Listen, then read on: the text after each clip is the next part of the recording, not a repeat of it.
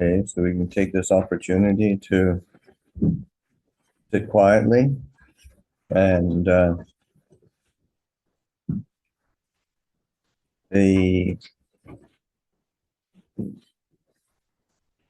I'm assuming that everybody is the Amaravati Lay Buddhist Association. I'm sure people are quite familiar with the practice, but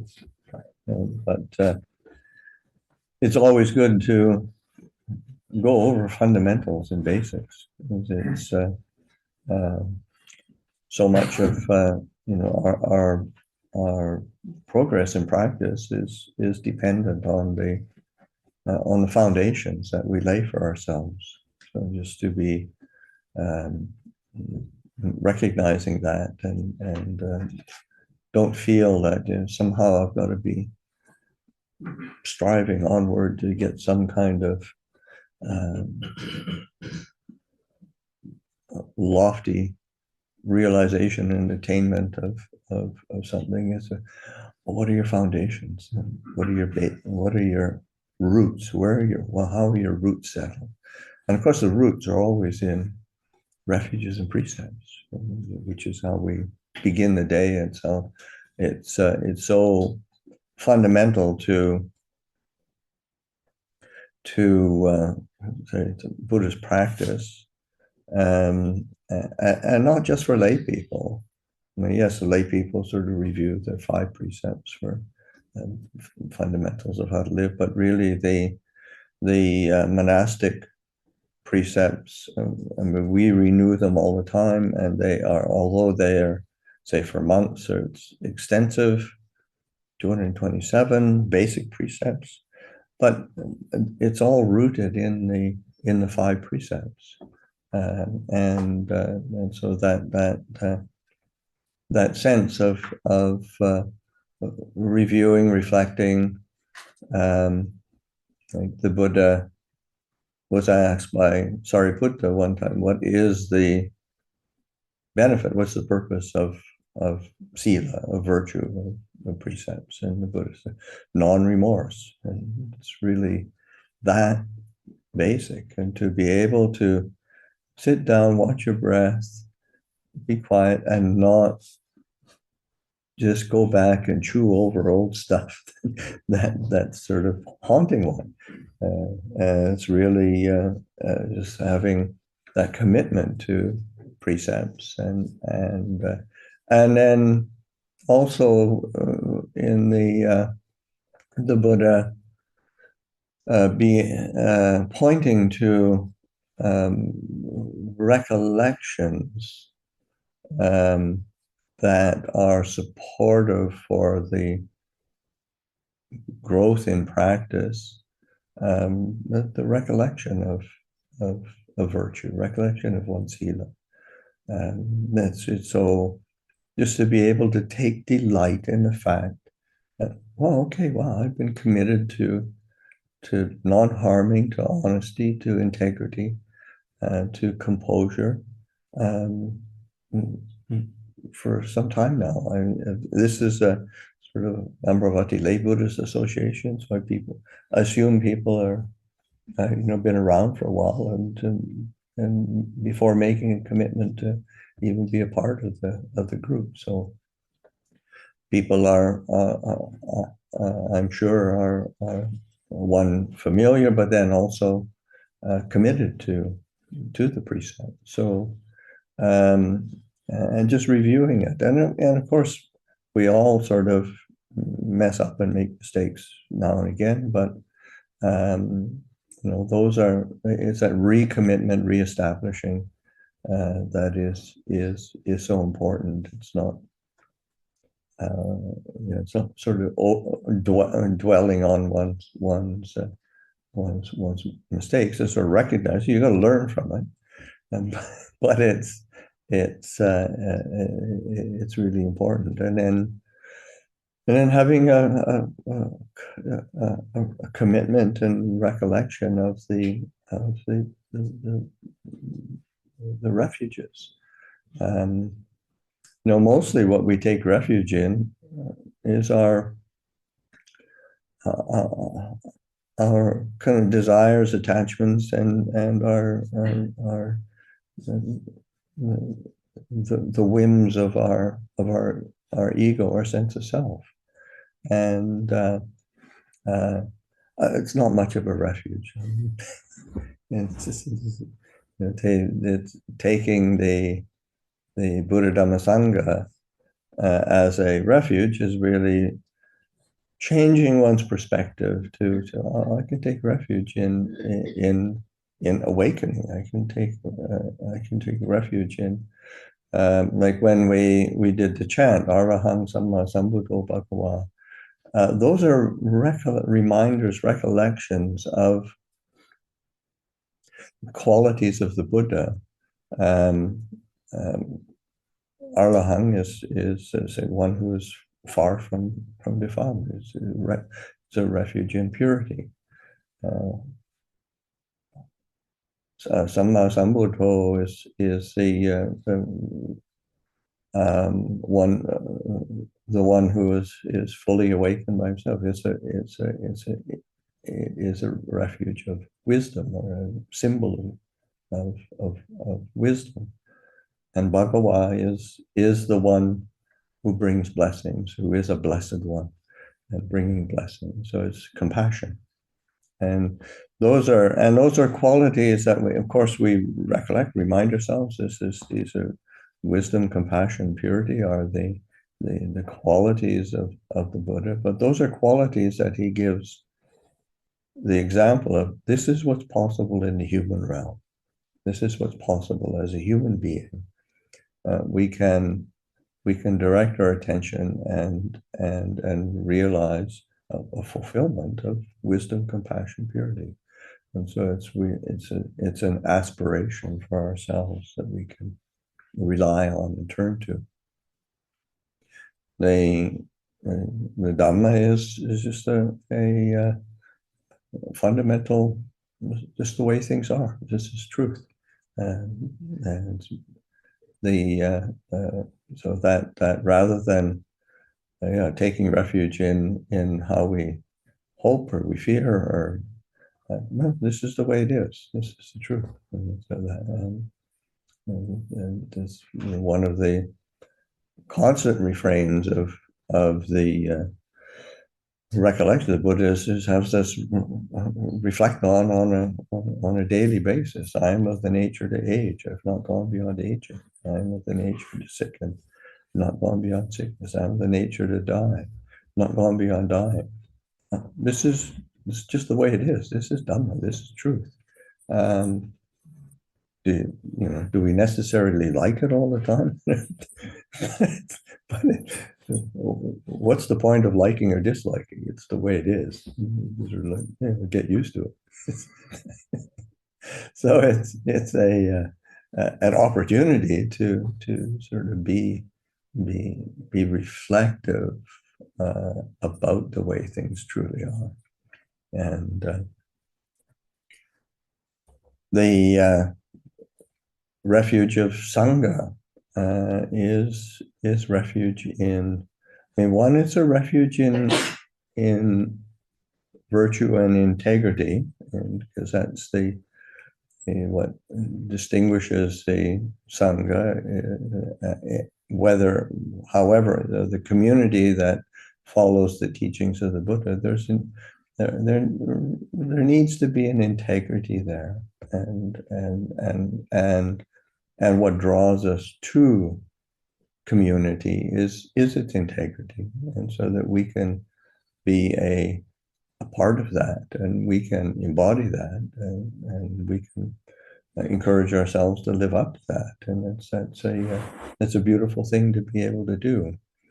It's also community in the sense of a collection of other human beings, whether they are like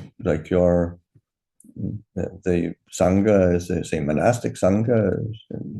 Amaravati is a residence for the monastic Sangha, but then there's the use of, say, a broader use of the word Sangha is also in terms of community, so that taking refuge in good spiritual friendships. It's the Buddha is quite explicit in saying that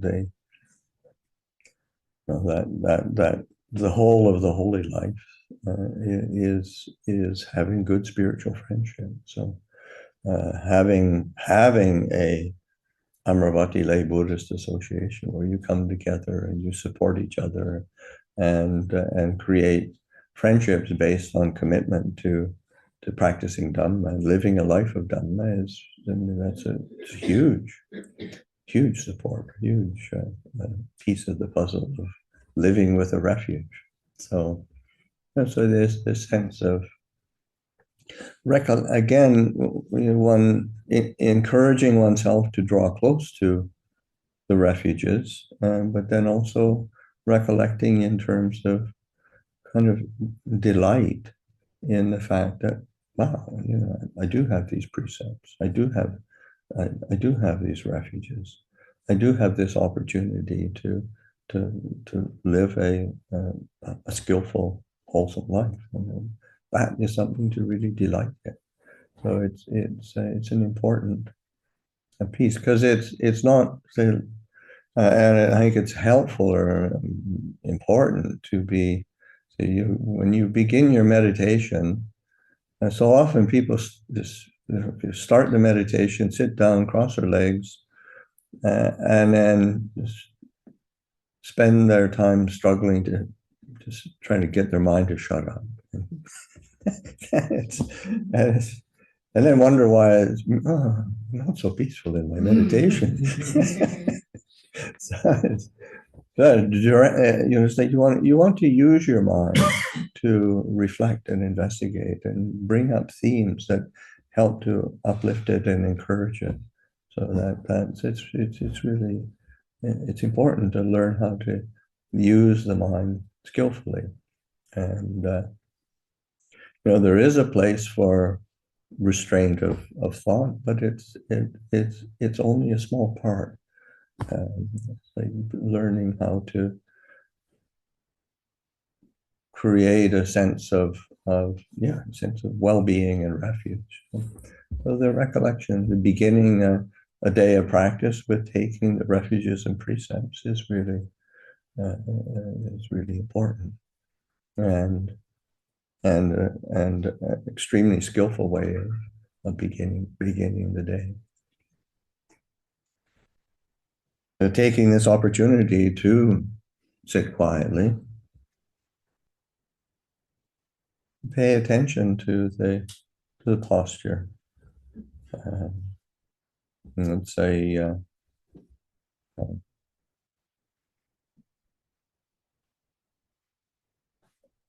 when we're sitting upright, the breath tends to come more easily or more and not it's not constricted, and it's important that one doesn't feel constricted, so that the sitting and paying attention to a balanced posture, so that it's an upright, balanced posture that is not too tense, not too tight, but also not so relaxed that you're slumping or leaning to one side.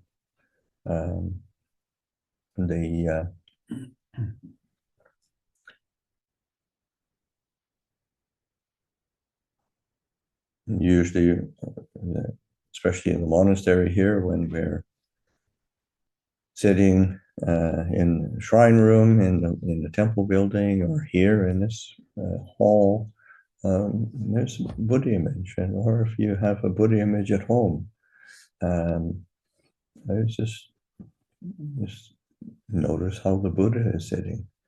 He's sitting nice and straight. He looks really relaxed. I've never seen a Buddha. They don't make Buddha images of this. They don't make them like that. So it's okay. It's all right. Okay, I got an example. But pay attention to the kind of balance, because again, we can get too tight sometimes, and then it gets uncomfortable. So just paying attention to the breath.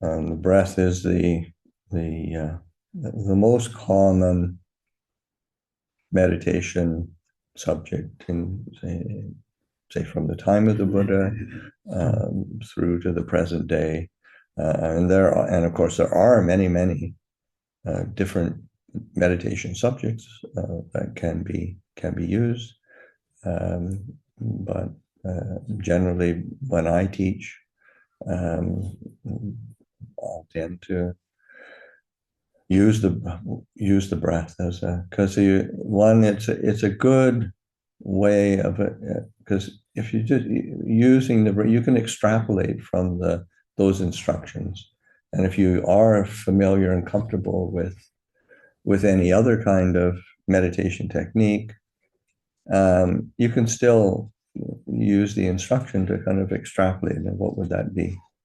How does that apply for that particular practice? But just sitting in an upright posture, paying attention to where the breath is coming in, the feeling of the body as you're breathing in, the feeling of the body as the breath comes to its, say, ending point. And you'll experience it in different ways, in different places, and just take an interest in that. Breathing out, just paying attention to the breath, because you can pay attention to, like, at the tip of the nose or the throat base or the heart base or the abdomen. We can focus on one particular point, or you can just pay attention to your whole body, and you can shift and change that as seems appropriate at the time. But main thing is actually taking an interest. What's it feel like? How's my mind holding it? Is it comfortable? How do I make it comfortable? Making the mind and the body comfortable, breathing in and breathing out. And there's an alertness, there's um, a mindful awareness of the breath coming in, going out. And that is the you want to have a focal point to attend to something, and that's it's a relaxing object to pay attention to. It's also neutral, which is important in the sense that having a neutral object then helps to provide like a mirror for the different thoughts and moods and the impressions that come up in the mind, whether it's a memory or some reaction coming up. It's helpful to have a backdrop to see it, rather than jumping into the mood, sort of like, oh, that's appearing on this backdrop of the breath, which is neutral and actually pleasant. And then it's sort of, oh, it's this, you can reflect on and investigate on. And for the most part, you sort of see, poof, I can just let that go. And there's nothing substantial there. It's just the mind chattering, or the mind looking for some distraction, which is oftentimes what our mind does. Given the opportunity to be peaceful or distract ourselves, we oftentimes go for distraction. Just giving the precedence to that which is peaceful, that which is soothing, that which is settling. and taking an interest in it, following up with it, and using it as a foundation. So I think that's enough instruction for now. The morning is a time of walking and sitting, so we'll sit for probably about 40 minutes and have a break for walking meditation.